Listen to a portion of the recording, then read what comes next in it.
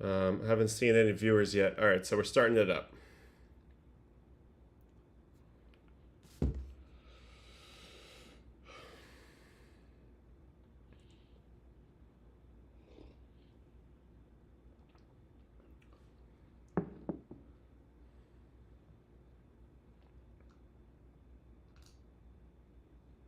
All right, great. All right. Officially, welcome into MLB Friday on Baseball and Coffee. I'm Adam Ottavino. I'm your host. We will be going over all things baseball today. I really need people to get into the chat today and let me know things that they would like to see. To me, that's kind of the most important thing that we have going on today. I'm trying to figure out how I can see the chat, which seems to be obnoxious right now. So let me see if I can't find it on my own phone so I can see the chat. I'm having a hard time getting to that, which is going to be important because I'm going to need the chat to kind of help direct the ship. But we can get started. Oh, there it is. All right, good. So somebody will be handling that, and I'll check it over there on the other screen. All right, perfect. So we get started the same way every day. First, we'll talk about the coffee I'm drinking.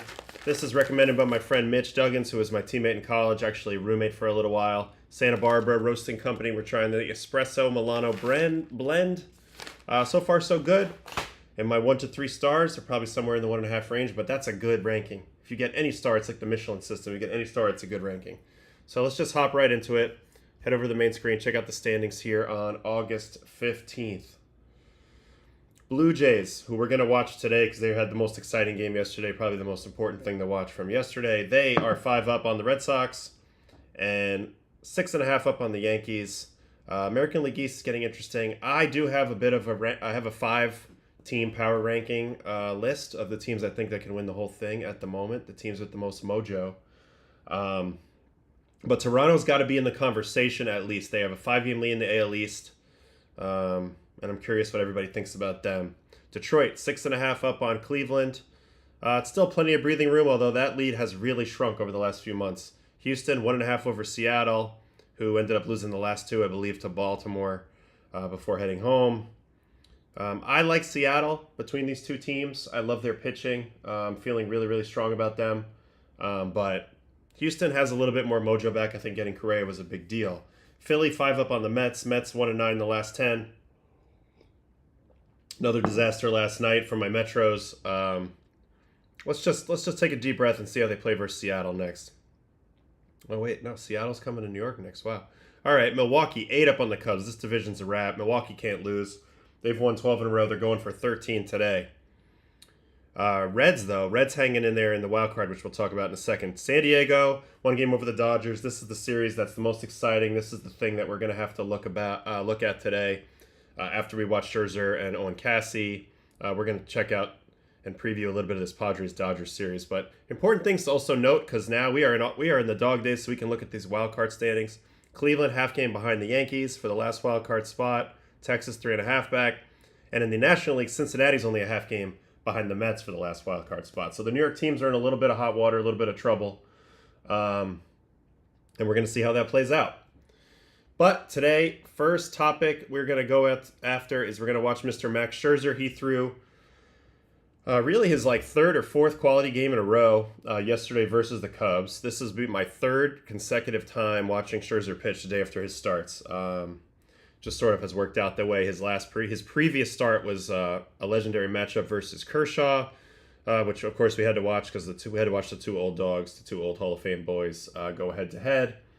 And the one before that, he had a good start, and I wanted to kind of investigate it, and I ultimately concluded he was more lucky than good in that game. So I'm curious to watch this game, Scherzer versus the Cubs. We all know about Max. We all know about how he goes about it.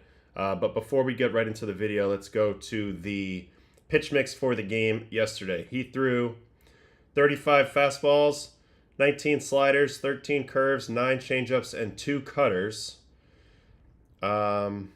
Anything standing out by handedness? Looks like a little bit more slider heavy to the righties, a little more fastball and changeup heavy to the lefties, so nothing abnormal there.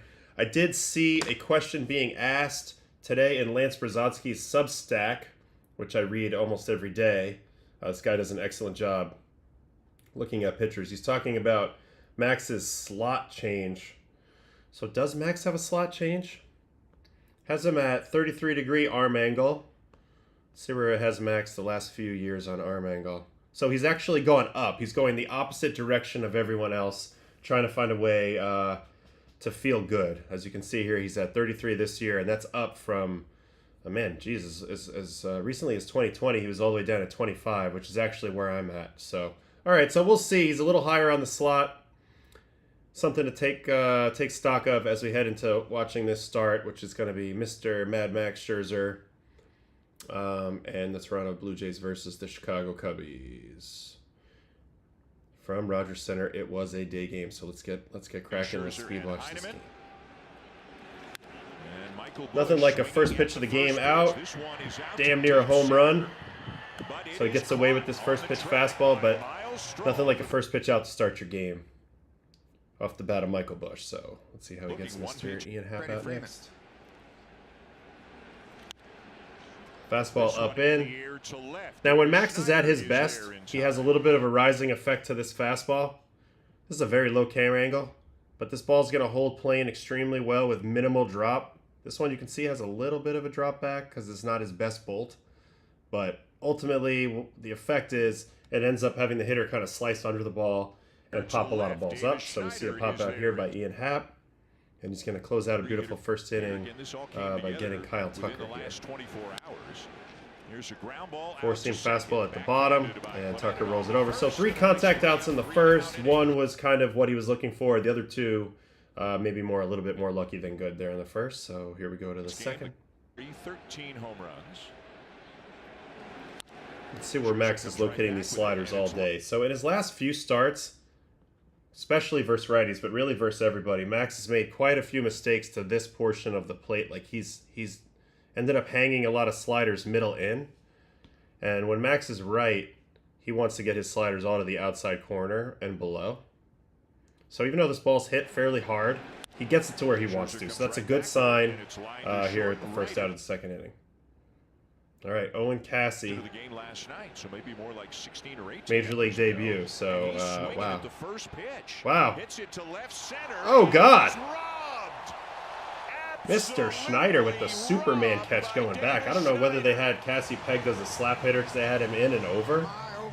But, my God, what a play by Schneider here. So this is Owen Cassie. This is the first pitch he ever sees in the big leagues. I was actually hoping to take a quick peek at this kid. Rookie call-up for the Cubs, and he gets to face the Hall of Famer first game out of the gate, first game in the big leagues, when he actually makes a really good swing at this first ball. This has double written all over it, but Schneider had other ideas. So welcome to the show. They make crazy ass plays, and that was crazy to see. Let's see how far Mr. Schneider had to go here. So from there all the way to there. That had to be a 5-star catch, right? Damn, that was a sick play. So there is the first out, the second out of the second. So interesting they have Cassie in the 5-hole right away. Counsell throwing him right in the fire, Joe Madden style. All right, here's the 0-2 slider. And leaves it middle. Gets away with it. So we've got a couple of lucky outs. We got a couple of good locations so far. A little bit of a mixed bag, but pretty easy first 2 innings for Max. All right, third inning, Willie Castro. And another first pitch contact here. Hit hard, but not hard enough. Only 98.6. So another ball where he kind of gets away with it, but you know what? Quick outs is what a pitcher loves all day. And they're looking to be aggressive against him. Let's see if he can lock it in a little bit more, though. So here's Dansby. I think that does not include looks like Dansby's going to get hit on a slider. So actually 51 at bats against him. Goes out and gets it. This is actually a pretty well-located slider by Max. So in this case, I'm going to actually give the credit to Dansby to go and get this pitch. Let's see where this pitch ends up. 51 at bats against him. Yeah, it's middle away. What was the first pitch of this bat? Slider. So called strike. 9 for 49. All right, so slider, second one located worse than the first one. This is a common thing that you see in pitching. So as a pitcher, if you're going to throw 2 of the same pitches back to back, you want them to go from more hittable to less hittable as the at-bat continues. Because as the at-bat continues, the batter gets more readings, more calibrations, more of a sense of where things are going to end up, more of a general feel for your pitch shapes. And if you give them a pitch that's easier to hit after a pitch that's tougher to hit, they're probably going to smash it. And that's kind of what happens here. Max throws a painted 85-mile-an-hour slider on this first pitch, which is dotted down and away. We don't have the box, but I'm assuming this is right on the black. So that's a perfect first pitch. But then this second pitch, even though it's on the corner, it's a lot higher and much more hittable. And Dansby goes out and gets it. So credit to Dansby. Makes an adjustment off reading that first pitch slider and hits a double. And now finally Max is going to get to what Max usually does really well, which is get strikeouts. So here's the first punchy of the game. It's a slider. And there it is. He gets the slider to the down and away quadrant.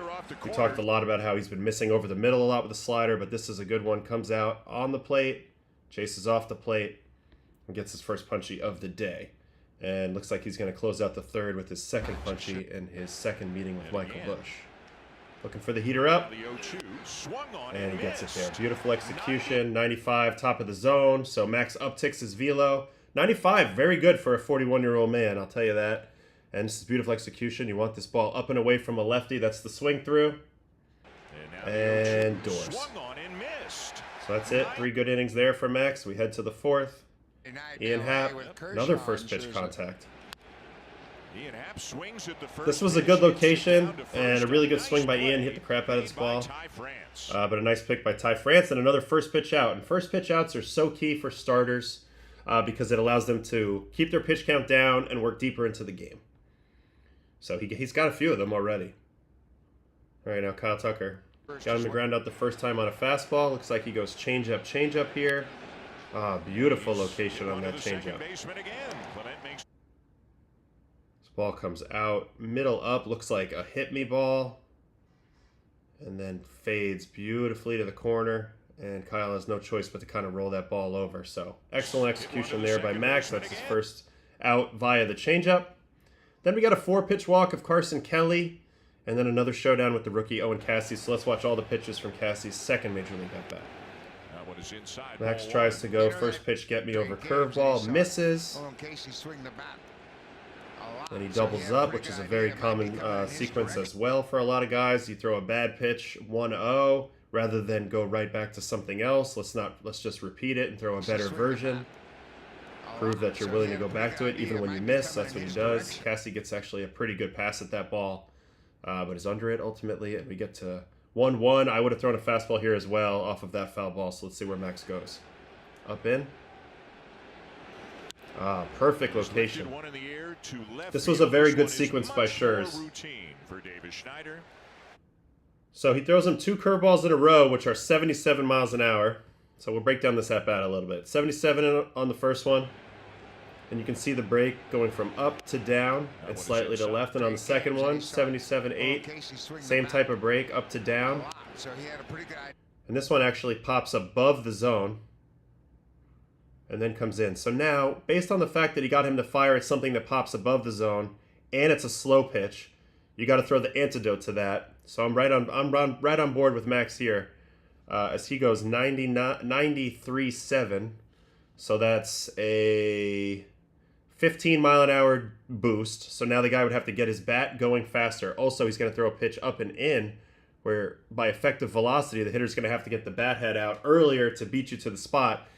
Off of 2 slow pitches where your timing is now locked in on slow, it's almost impossible to get to this spot. On top of that, he swung at a pitch that popped above the zone. So if Max misses above the zone, he might get a chase here. Anyway, the idea was to throw up and in. You can see the target up and in right there. Beautiful target and perfect execution. And Cassey's late. And who can blame him? He got himself slowed down with those curveballs. And the Hall of Famer with a perfect execution gets a little jam fly ball. So that's how you pitch right there, folks. That's how you use the previous pitches to your advantage. All right, we go to the 5th. And I'll get in the chat after we get through this game. He's going to get it out with a 4-seam in here to Nico Horner. Going up in, kind of beats him, jams him a little bit, and rolls it over to Bo. That's the first out of the 5th. And now we have a slider to Castro. Pretty good pitch, mostly because of the velocity. I don't like this location right on left. But it got, it's not as bad as I thought because Castro's kind of on top of the plate, and so he ends up cutting himself off. Can't get his hands extended. Ends up doing this rollover type of action. And that's actually, it's just bad hitting. It's a decent pitch, but it's bad hitting. And so Max takes advantage of that. And that is 2 outs in the 5th as he goes to Dansby. And he'll get his punchy of Dansby probably on a fastball up. Let's see. Yep.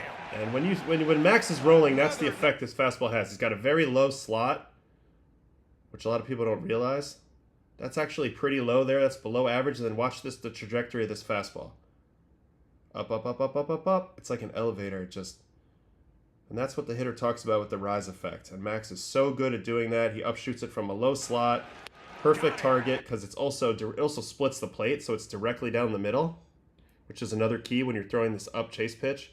Because if it's down the middle, the hitter has no clue to not swing based on inside or outside. It's only up, down, and it's really hard to read when it's that close to the top. So nice execution there to end the 5th. All right, 6th inning. 2 more innings for Max.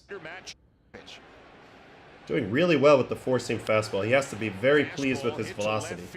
Now here he misses down in a dangerous location. But Matt Shaw just misses this ball, 87-3. So as good as he has pitched his last few batters, there's been a couple of happy outcomes for him on bad pitches. This is definitely not where Max wanted it, and that's his 3rd warning track fly ball of the game. And this is where he started to lose it again here, because here comes the home run, Michael Busch on a first pitch curveball. Really nice swing. Good anticipation by Busch here too, looking for the get me over breaking ball, which is definitely a preference of Max. If he hasn't done it to you yet by your 3rd at bat and you're a lefty, pretty good shot. He's going to come at you with that. That's what Busch does. Just has to be sitting on this pitch here because he is perfectly on time. For a 104.8 at 31. Let's watch the swing from the side. Yeah. Just right in the honey hole and definitely looking for it. So that's the only run he allows. He does allow this double to half. It's on a changeup. Really good swing by Ian there. So another ball hit really hard. He's given up quite a few balls, right around between 95 and 100, so they're close to homers, but not quite. And he easily could have given up 3 or 4 homers in this game. But instead it's a double, and it gives Max a chance to bear down again. So let's see how he bears down versus Kyle Tucker. We'll actually watch both pitches as this at bat.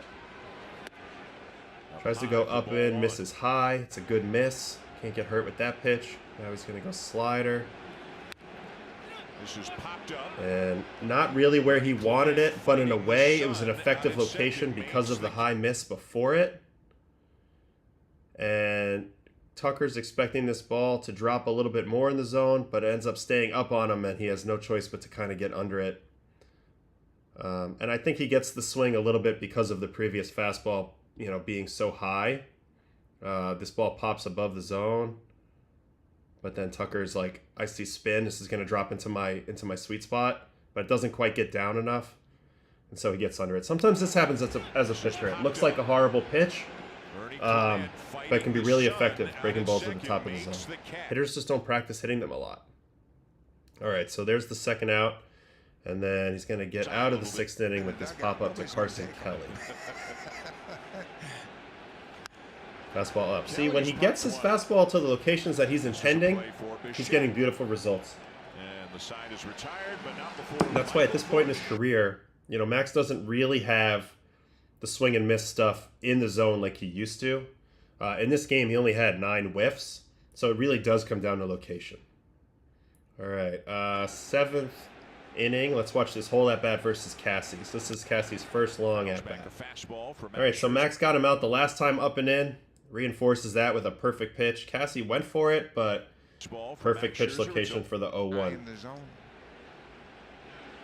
Max goes to pair that with the changeup next. The only issue is this ball pops a little bit starts running away out of the zone a little too early.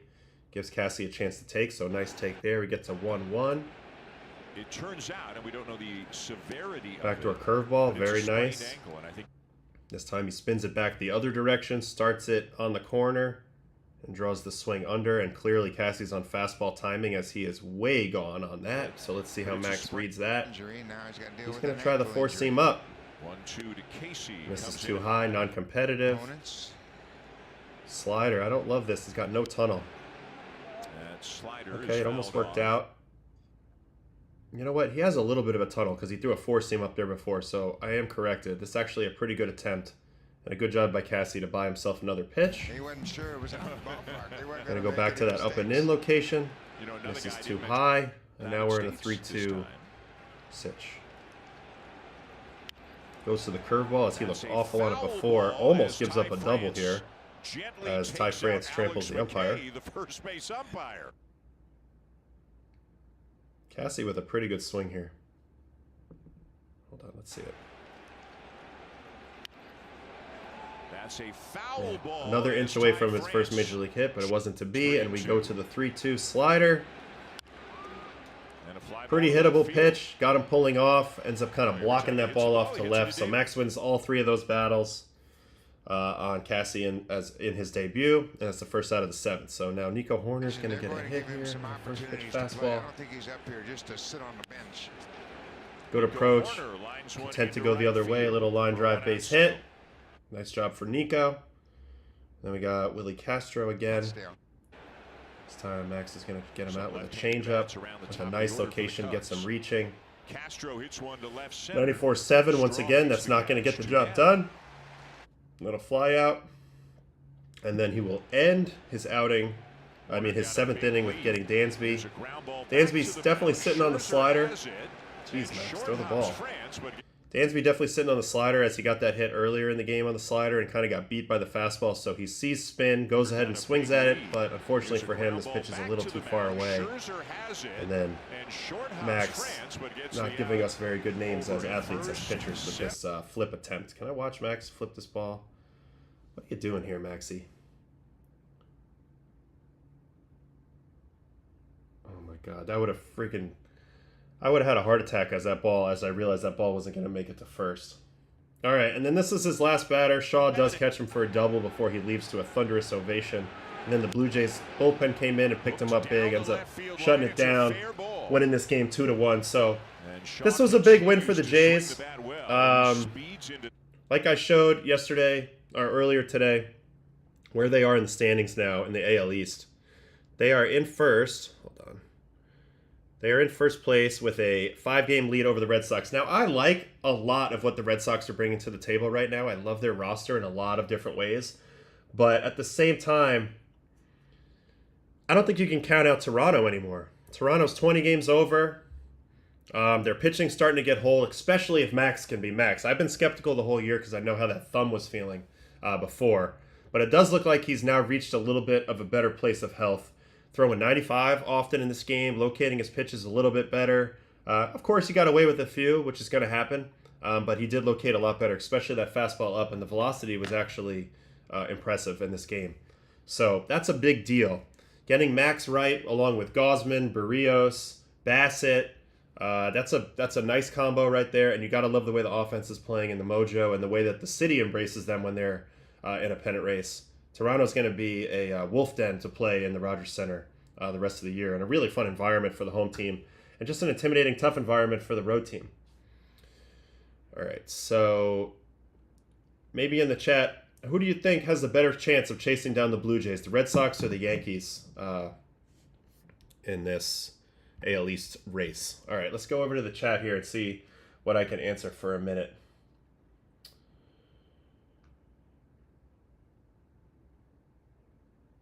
What do I think about the Cubs? I think the Cubs still have a good team. I'm a little sad for the Cubs because the Brewers just put the hammer down and they're not getting caught. So, you know, I think the Cubs have had a nice year. I actually picked them to win the Central. Even at the deadline, I thought they were going to be able to be the team to go on the run, but the Brewers just haven't stopped. Got to give a lot of credit to Pat Murphy for the way he's running that team over there in Milwaukee and just really the style that they play with, being that it's so unique. So that's what I think about the Cubs. Adam, I'm 35 and just started playing men's league after 18 years. Can you give me advice on throwing a slider and changeup? Well, changeup took me like 15 years to figure out. And basically the idea by that is just get as many fingers on the ball as you can so you create more friction and less speed, and then you keep tweaking with the seams to see what kind of movement you get. Slider, you want to be on the side of the ball, so whether if you're a righty, the right side, a lefty, the left side, and you want to throw it like a fastball and let the grip do the work. Obviously, my slider was a little bit different, but I'm not going to be able to demonstrate that. Very easy. I'm fascinated by the Jays' success. Postseason has not been kind to them. Think winning the division could help set them up for better as opposed to being the wild card. Love the shirt. Yeah, I mean, I do think that they need to win this division, get some home games. Rogers Center is a tough place to play. The fans there really bring it. You got that hockey type style crowd, the atmosphere. Being like that, I was a Yankee and a Red Sox. I played in some very intense games in the Rogers Center. I'm very well aware of what that crowd brings on a daily basis. So yes, I think winning the division, clinching some home games would be key. Getting to a little bit of a longer series, but then again, the wild card teams have really done a hell of a job. So it's going to be interesting to see. It's going to be interesting to see if the Red Sox or the Yankees can chase them down. I know these teams play a lot head to head, so we'll see. All right, what else we got here in the chat? Brewers fan here. Still can't believe what's happening this season. Remarkable. Yeah, I mean, hopefully they're not peaking too early for the Brewers fans, but they've been electric.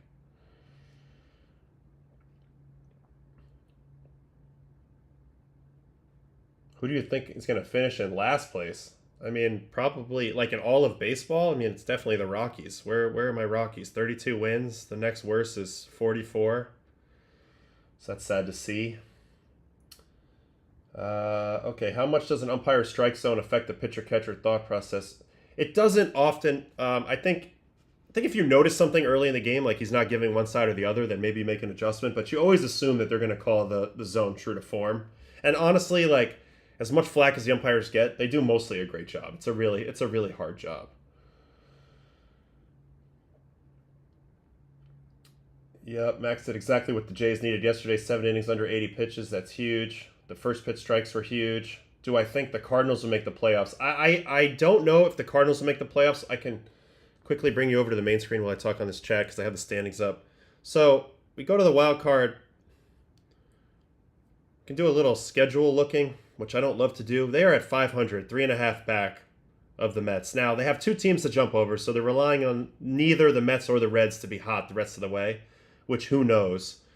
But if you go to the Cardinals and you go to their schedule,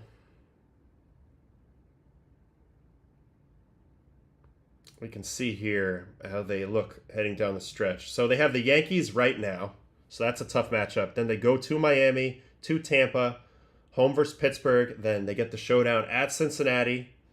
Then they got the A's, the Giants, at Seattle, at Milwaukee, home versus the Reds, home versus Milwaukee, at San Fran, at the Cubs. So September gets a little tricky in division down the stretch, but they'll get their opportunity head-to-head. So they're going to get every opportunity they need to pass Cincinnati up. They don't get to play the Mets anymore head-to-head, and they have some tough series here at Seattle, at Milwaukee. Tampa's never easy to play. Yankees at home. But overall, I'd say this is kind of a soft schedule the rest of the way. So you cannot fully count the Cardinals out yet, I think, based off this schedule, which is pretty cool. All right, what else we got in the chat here?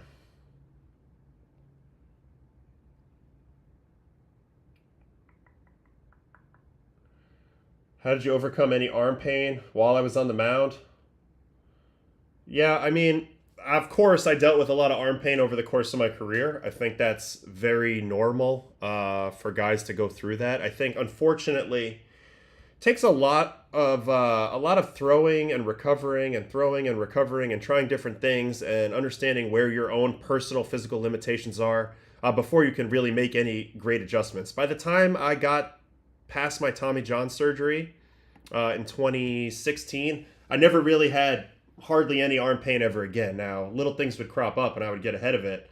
And I learned through my mistakes over the years how to kind of close down those gaps and figure out what I needed to do on a daily basis. But it's a highly personal process and it takes a lot of time to figure it out. Now, if I'm a high school pitcher, I do not want my arm to hurt all the time. And it probably tells me that there's something incorrect in my training method that's not allowing my body to handle the stress that it needs to handle during games. So I would look to the training side.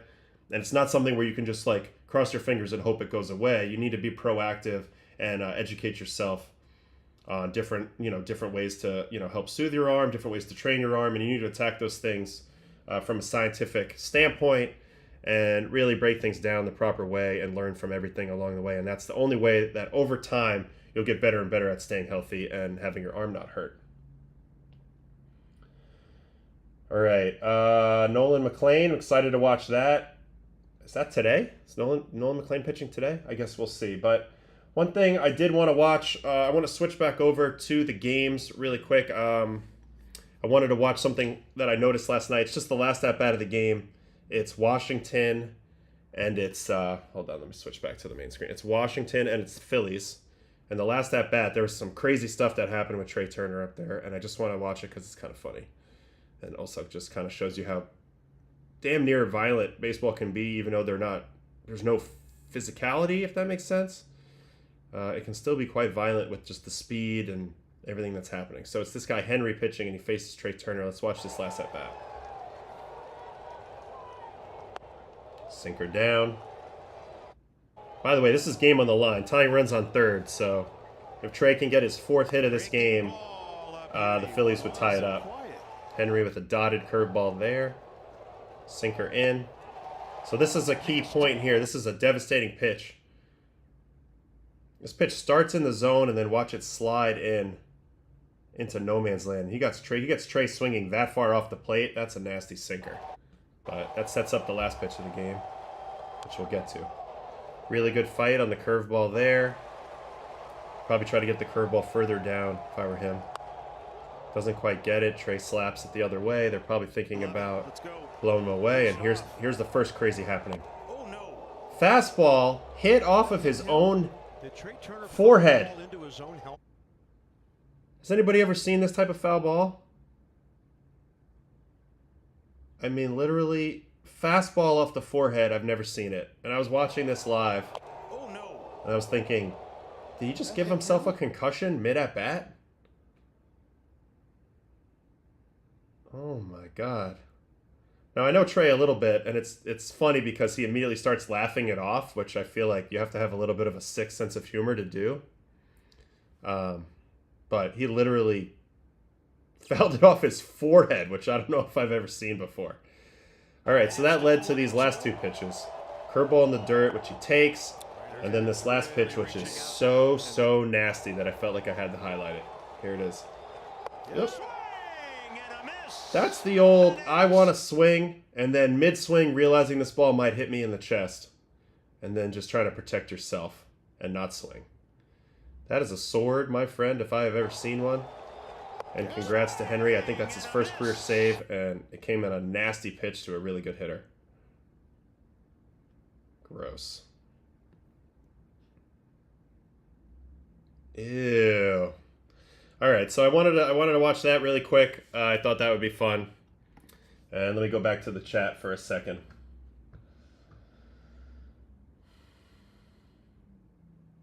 What is the best way to evaluate a relief pitcher's performance? Now, that's a good question, but I think I'm going to have to do a full video on that one on my channel at some point because there's a lot to that.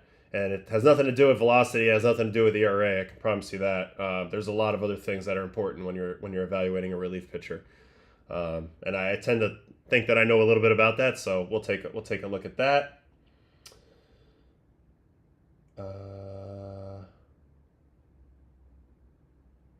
I think the Yankees are going to be close. This coming from a Jays fan. There's just way better than the Red Sox. I don't know. The Red Sox pitching's been good lately. Giolito's been good. Bayo's been good. The bullpen's been really good. They could use better starting out of Buehler. Crochet's been great. So I like the Red Sox. I like what they got going, and I love how Roman Anthony is affecting their offense as well. Do you miss when pitchers used to hit? I do. I really like the old National League game. I thought it was a huge advantage if your pitchers could handle the bat. I like the double switch elements. I love being a reliever out there and trying to figure out, are they going to pinch it or are they going to not? Seemed like there was more opportunities for more people to get in the game, whether it's relievers or bench players. And I thought there was a lot of managerial art to that.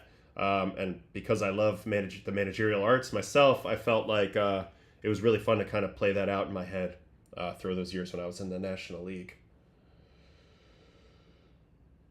All right, so as we all know, it's a big weekend coming up. So we can look at the probables, and then we can go ahead and maybe break down a little bit of the Dodgers-Padres series, which is the big one coming up. But these are the series for the weekend, so let's hit them really quick as I head over to the main screen so everybody can see.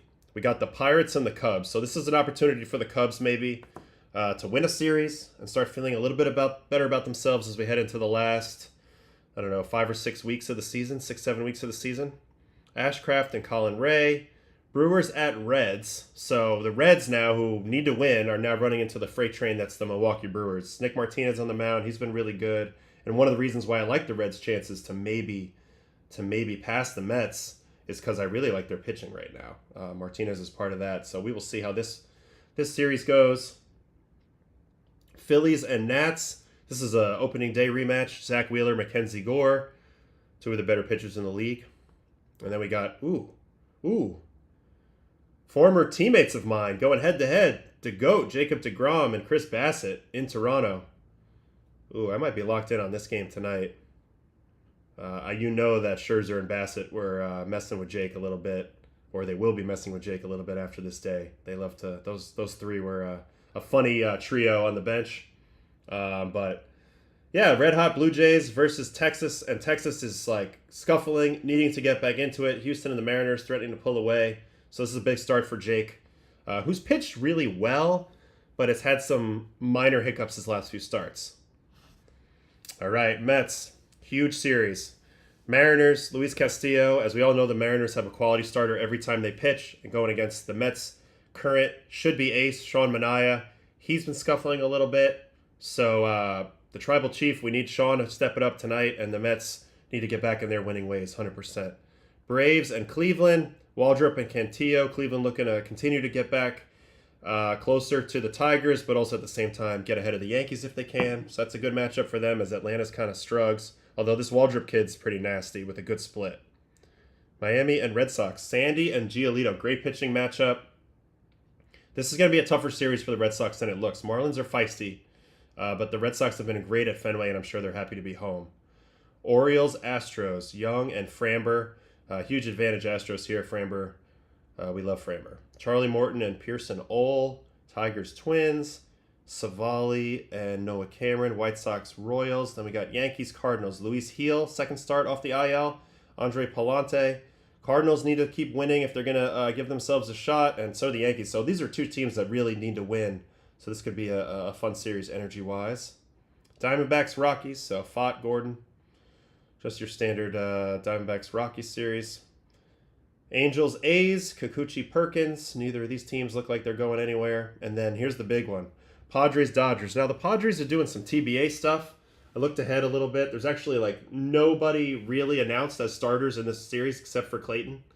And Clayton's pitched well lately. So this is going to be a spicy series. Will there be more fireworks with hit batters and bench clears? Are the Padres going to use this as an opportunity to put the Dodgers in the rearview mirror, or are the Dodgers going to snatch the NL West back? We'll investigate that in a second. Joe Boyle and Landon Root from San Fran. Both two teams pretty much going nowhere as well. It's sad for the Giants because I liked what they were doing, but it just has not worked. All right, so let's get into this Dodgers-Padres matchup really quick by the numbers. If we go to the hitting, StatCast hitting, and we go by WOBA, it says the Dodgers are the number one hitting team in the big leagues with a 334 WOBA. My wife says to stop pulling on my neck or I'll get a gobbler neck. I think she's probably right, but I have nervous tics. What can you do? So that's the WOBA. And then the Padres, which doesn't bode very well to them, they're way down here below the Marlins. So that's 1, 2, 3, 4, 5, 6, 7, 8, 9, 10, 11, 12, 13, 14, 15, 16, 17, 18, 19. So they're 19th in offense. Now, what about expected, how they should be? Has the Dodgers as 4th and still has San Diego right around the middle of the pack. So Dodgers clearly better on offense. Although when I looked player by player, I thought the Padres might have had a little bit of a deeper lineup at the moment, which we can look at individually again. I can show you what I was looking at. And then from the pitching side, from WOBA, it's got San Diego as number 2. So that's excellent. San Diego way outpacing the Dodgers in pitching at the moment. Dodgers are in the lower half. By expected numbers, it has San Diego as the fourth best, still very, very good, and has the Dodgers way back in the middle of the pack. So it's a big pitching advantage for San Diego, and I think that gap only got bigger. That gap only got bigger over the last few weeks since the deadline. All right, so really quick, let's go to the Padres pitchers. This is something that I wanted to look at. You look at guys individually by xWOBA, which is my way of seeing how guys have been actually throwing the ball. And if you look at the Padres, they have 12 guys in the red, which is above average. Morejon, Estrada, Adam, Miller, King, Cease, Suarez, Pivetta, Matsui, Sears, Kolek, Peralta. So that's great. You can really only have 12 or 13 on your staff. So every single pitcher they're throwing out there is pretty damn good by xWOBA. Let's see about the Dodgers. Dodgers have 10. Dreyer, Stewart, Yamamoto, Vesia, Wroblewski, Glasnow, Kasperius, Banda, Scott, and Kershaw. And all the guys in the blue are not getting any reps for them. So there's a few others in the mix for the Dodgers. But pretty even. But I still got to give the edge to the Padres. They seem to have better quality at the top, at the peak, but also more depth overall, the pitching staff. And now let's look at the hitters. So first we'll check the Dodgers hitters individually. And this is where I think the disparity is interesting, because the Dodgers have the number one WOBA in the sport, but it's extremely top-heavy. Shohei, Muncy, Will Smith, and Freddie are the only four in the red, and a few of them are doing extremely well. You know, Muncy and especially Shohei. And it's weird to see Mookie down here at 320 xWOBA, which is really sad for him. But they only have 3 in the red, whereas you go look at the Padres, and this is where I like. Another reason why I'm liking the Padres. Padres have 6 in the red, and Xander's getting close. He's been playing a lot better in the second half of the year. And Machado, Tatis, Laureano, who's been outstanding. O'Hearn, which was a great pickup. Jackson Merrill. Gavin Sheets has been really good for them, too. And also, even their guys that aren't going to grade out well in this metrics are exceptional contact hitters. Like Arise, the 289 batting average, which is very good for this day and age, even though he's a low xWOBA. So I think the Padres lineup is deeper at the moment. I got to give the edge to the Padres at the moment. I'm curious to see how this series plays out. There's a lot of vitriol between these teams, a lot of history between these teams playing each other in big games the last few years. So very excited to see how that works out this weekend. All right, let's go back to the chat. Let's see what we want to look at in the chat.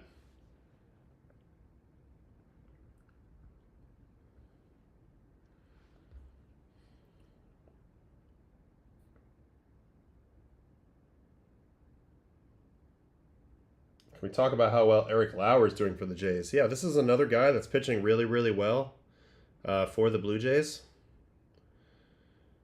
Let's go over to Toronto. He doesn't qualify. Oh, yeah, he qualifies. He's doing exceptional. This is Lauer's numbers this year. 19 games, 13 starts. He's accumulated 83 innings for the Jays. And this is Lauer right here. 19 games, 13 starts, 2.82, 83 innings, 1.06 whip. He's been pitching out of the rotation and out of the bullpen for these guys. Former Padre, former Brewer. He went to the KBO for a year, came back. The results have been there, and he's been a big pickup for the Jays.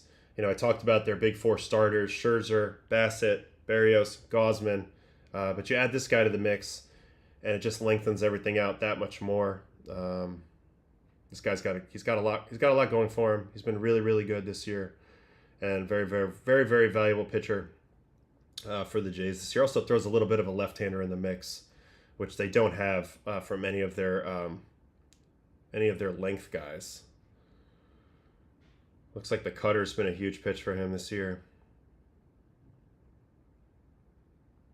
What else we got? This is probably the biggest reason why. 68.4% first pitch strikes. So his process stats have improved. First pitch strikes is literally probably the most important thing you can do as a pitcher. If you look at the numbers after 0-1 versus after 1-0 across the big leagues, it's kind of like the difference between like a Mike Trout and like a backup hitting catcher.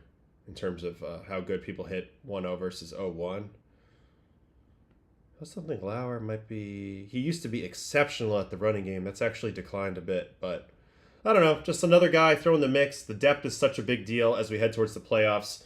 Managers, they tend to have a trust circle, and it tends to really shrink up a lot as we get down the stretch, and everybody gets more nervous, and they don't know who to trust. So it's nice for Blue Jays manager Schneider to have Lauer in the mix as well. Just gives them another option, and they definitely needed a left-handed version when they're going to face a lot of tough left-handed teams.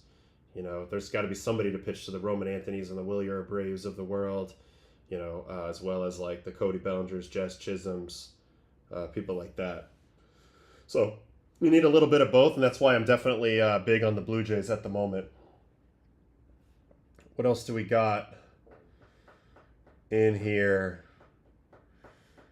I don't like to use the word retired. I don't see myself playing in MLB, but I'm going to try to play in WBC.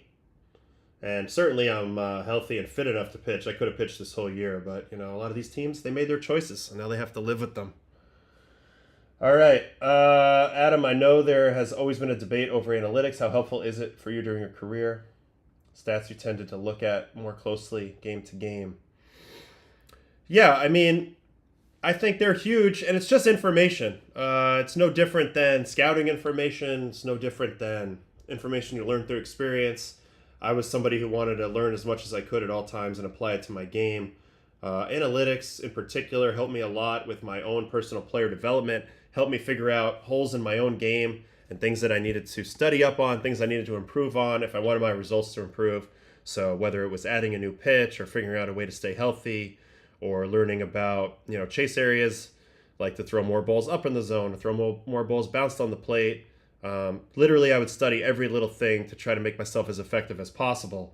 That all being said, once you're actually in game, it's more of an art form at that point. All that studying can help you, but I really rely a lot on reading the at-bats and by just trying to execute and be in flow state as much as possible and really just win with focus. I always felt like if I could be 100% focused while I was out there and present, I'd give myself the best chance to execute what I already know how to do, which is kind of throw a whole bunch of different pitches and read the at-bats. So, you know, I don't know if that's a full answer because certainly I used every little bit of information that was given to me in my career. So I'm a big fan of analytics, but at the same time, I try to be out there free and loose and not overthinking too much when I'm in the moment. I want to keep my thoughts simple, and most of that's just competing and attacking and one pitch at a time. I know it's cliche, but try to put my all into every pitch I throw and then worry about the next one next. So that's about it by that. And then, okay, so we'll wrap up with actually a couple lists here because I do, people are asking for them, and I do have a couple of lists here. So first we will go top 5 clubs. These are my top 5 clubs that I think have a shot to win the World Series right now as we stand. And I've got the Phillies as my number 1. I just think they have the best combination of high-end talent on the mound, high-end talent at the plate, playoff battles like this group's been through the wars. I love the pickup of Yohan Duran. I think he kind of puts them over the edge a little bit in the bullpen. So they are my number 1 team. Now I'm picking Padres as my number 2 team because I just love their high-end guys, both in the lineup and in the bullpen particularly. Their bullpen, Suarez, Mason Miller, Estrada, Adam. These guys are filthy, and if they can line those guys up, they got a shot to take you down. Kind of the way the Dodgers did last year a little bit with their bullpen games, and I love their offense as well. I have the Mariners now as my number 3 spot, and I know that's crazy because they're not even in first place, but again, I love what they've done. I love the additions of Suarez and Naylor. That's going to make their offense a little closer to average to slightly above average, and they have probably the best rotation in the game. Or it can go head-to-head with any other rotation. Brewers, impossible to ignore now. They've got some sort of voodoo magic. I think Pat Murphy's an awesome manager. And you just got to take them seriously because they are breaking everybody. They're beating players like Skeens. Like, it doesn't matter who they go up against. They're annoying. And, I think there's a chance that could continue in the playoffs. And then I have the Red Sox. I have them over the Blue Jays at the moment because, again, I really like a lot of the elements of the Red Sox roster. And I love Alex as their manager. So feel free to disagree with me, but that's my top 5 at the moment that I could see going the whole way. Of course, there's plenty more teams in the mix. Dodgers, Yankees, Mets still, Blue Jays, just a lot of teams. But at the end of the day, those are my top 5, and you can only pick 5. And then we will go look at my top 5 hitters at the moment. Now, this is tough. This was really tough to split, but I think Aaron Judge right now is in a tier of his own as number 1 hitter in the game. And I think Kyle Schwarber's had the type of year where I put him as number 2. Then I have Juan Soto, Vlad Jr., and then Shohei. So it's all super duper stars, but these guys all combined. Great eyes at the plate, so they don't swing at bad pitches. They don't chase, but they also really impact the ball when they do hit it. They have tons of damage. Obviously, these are all huge slugging guys, and so ultimately that makes these guys the most valuable types of hitters. And then here are my top 5 managers currently. Alex Cora, number 1. I just believe in him. I played for him. I know how much he knows the game. I know how he affects things in small ways, and I think he's finally getting a handle on what his roster really is this year. And once he knows that, I think he's pretty good at moving the chess pieces around the board. Number 2, Pat Murphy, the legend, took over for Counsell, who I have at number 3 on my list a couple years ago, and all the Brewers have done is keep winning. He's got them believing in this underdog mentality. He's got his pocket pancakes. He's funny, he keeps it light, but he's also seems to be able to bring out the best in his boys. So Pat Murphy for sure. Craig Counsell, number 3. I think he's just very smart, always been very steady at the managerial helm. And I have him at number 3. I have AJ Hinch at number 4. Another guy, super, super smart. He's done a great job with the Tigers. I definitely think from a strategic standpoint, he's up there. And every time he talks, I learn something new. I think he's great. And then I got Boone as number 5. I know a lot of people probably disagree with me on that, but I know him. I've been inside that clubhouse. The way he communicates with his players, the way he does things in-house that people don't see is actually really, really good. So I'm going to give him credit for that, and hopefully he can, continue to steady that ship, and I get the Yankees back in the playoffs. So those are my top 5s for the day. There's not really a whole lot more to talk about from yesterday's games. It was really only a few games. There really wasn't a whole lot that happened. It was a hectic week a little bit in baseball, and there was some really great days. Like yesterday, we had a show that could have probably went 2 hours because there were so many topics. But sometimes when you go over a Thursday, there's just not nearly as much. So this might be a little bit of a shorter stream today. If nobody has any other questions in the chat, you can certainly fire them at me, and we can see what we can learn. If there's anything else anybody wants to look at. But in the meantime, let me go ahead and look at... I want to look at the preview matchup between these two.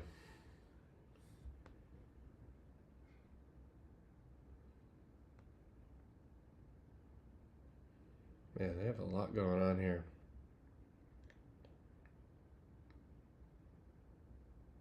They give you a lot of info on here. Jacob deGrom, 45.6% four seam, 38% slider, 11% changeup, 4% curveball. And then, as opposed to Bassett, who's throwing 1, 2, 3, 4, 5, 6, 7 pitch types.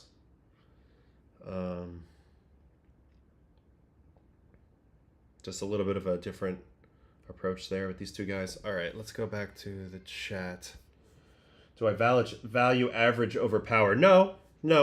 But I think, you don't want to be a one-trick pony as a hitter. I think as a pitcher, it's so much easier to pitch to a guy who's a one-trick pony, whether he's just average approach, contact approach, or just power approach. I think it's better if you can do a little bit of both. You kind of can lay in the weeds and look for a pitch to drive when you have the right count and you have the right sense and anticipation of what's to come. But I also think that two-strike approach, where you can kind of stay grounded, put the ball in play, and be annoying, is also super duper valuable as well as a hitter. So for me, if I'm scouting young hitters, I care more about your ability to hit line drives and use the whole field and cover the whole zone and have a nice short to the ball swing path. And then I think power, it's more of I would rather them be happy accidents where a hitter learns how to tap into their power by hunting the right pitches and figuring out how to get the ball in the air to wherever their power allows. Whether you're a guy who can easily go out to any part of the park, like an Aaron Judge, or Paul Goldschmidt or, a big guy like that, or whether you're a guy who needs to pull the ball in the air for your homers, then you figure out how to hunt those situations and get them. But at the end of the day, I think the hit tool is more important than the power tool, because the power tool can be learned, and to just go all out for power when you maybe don't have it in your game, I think will ruin your hit tool. So that's kind of the way I would train it. Like for my son, if he's going to be a hitter, we'll definitely train the hit tool before the power tool, and we'll wait for the power to kind of develop naturally. I think that's the approach.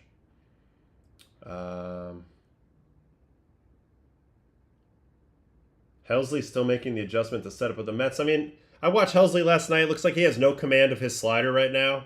Fastball seems to be still there for the most part, but they're just kind of setting up down the middle and letting it fly. He was not as sharp this year before the trade. Now, this is one thing I was a little worried about before he came over. His fastball's been getting hit. So if you look at it on the year, he's got a -9 run value on four-seam fastball. This is Ryan Helsley, by the way, people. Sorry I didn't switch over fast enough. We had a question in the chat about Ryan Helsley, who struggled a little bit lately. He has a -9 run value on the four-seam, so they are more likely to lean on the slider. But if you watch last night's game, he didn't locate any of these sliders. So let's go ahead and watch that, actually. I don't like to watch too much negative stuff, especially about my teams. But sometimes you just got to watch and diagnose and see what you got. It's not the Mets and the Cardinals. It's the Mets and the Braves. Come on, Adam. Wake it up today. Wake it up, sir. All right, Helsley. So also a walk. Like, you can't walk Ozuna here. 3-2. Where's this fastball? 3-2. I mean, I don't know what happened there. But the walk is where it started getting him in trouble. And then you can look at the location mistakes. Here's a slider to Michael Harris. Right down the middle. Medium speed right down the middle. That's not where he's looking to go slider, especially 0-1. If Helsley's looking to go sliders on a 0-1 count below the zone and generate chase, or somewhere inside, the last thing he wants to do is throw a medium speed pitch in the middle. Medium speed pitch in the middle is probably the pitch that gets damaged the most in the big leagues, at least from my experience. Also, this was a bad play by Mullins. He overran it, gave himself no chance to hold that tying run from scoring. I think Mullins was a solid pickup for the Mets defensively, but this is a situation where he tried to do too much, thinking he could catch a ball that was clearly sliding away from him, and then he ends up overrunning it. If he plays this ball off the wall, they're going to hold that runner and give Helsley a chance to pitch his way out of it, but Mullins ends up overrunning it, as you can see here on the broadcast cam. Ball comes. He tried a little too hard to cut it off, and now he had to backtrack. So, combination of a bad pitch and a bad defensive play led to the run there. But he would have scored anyway because he gets hit on this slider as well. This is a fastball. I thought it was a slider to Albies. So kind of weird. Fastball below the zone. Almost a homer. Then there's another slider, though. Looks like he just goes all cheese after that. I don't know. 2 sliders here. Let's see where these are. Because it just looks like it's a location problem of sliders with Helsley to me. See, if he throws it below the zone, he gets to swing and miss all day. And I oftentimes think we get a little too over... That's down the middle. That's another bad location. You don't want to throw that on him too. He gets away with it there. But I think that we rely a little too much on a guy's stuff, thinking you could just throw the ball down the middle and it's all about, oh, what's wrong with his delivery, what's wrong with his spin. When in reality, this is just an execution thing. Again, Helsley gets the ball below the zone, he gets good results. Whenever he throws a happy pitch in the middle, those are the pitches that are going to get whacked. So I'd just like to see Ryan focus a little bit more on location at this point. And definitely he needs to get back to trusting his fastball a little bit as well. When you don't have command of one pitch, you have to be able to self-diagnose that in the moment as a player.